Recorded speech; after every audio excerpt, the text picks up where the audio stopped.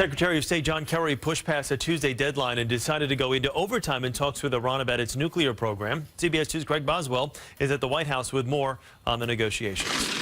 U.S. negotiators say enough progress has been made to extend talks over Iran's nuclear program.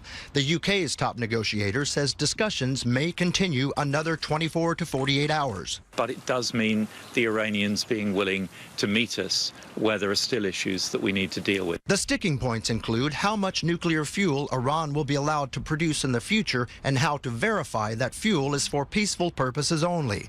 Negotiators also need to decide when economic sanctions are lifted.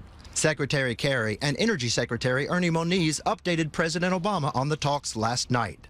President Obama insists the U.S. is prepared to walk away from the negotiations if Iran won't budge. He says no deal is better than a bad deal. Not everyone in Washington is convinced. It's the president who's putting politics above America's best interest. Arkansas Senator Tom Cotton, who sent a letter to Iran threatening to rescind any deal once President Obama leaves office, is among a group of lawmakers who do not want sanctions against Iran lifted. We should reimpose the sanctions that have been suspended. We should add additional sanctions, and we should drive a tougher bargain.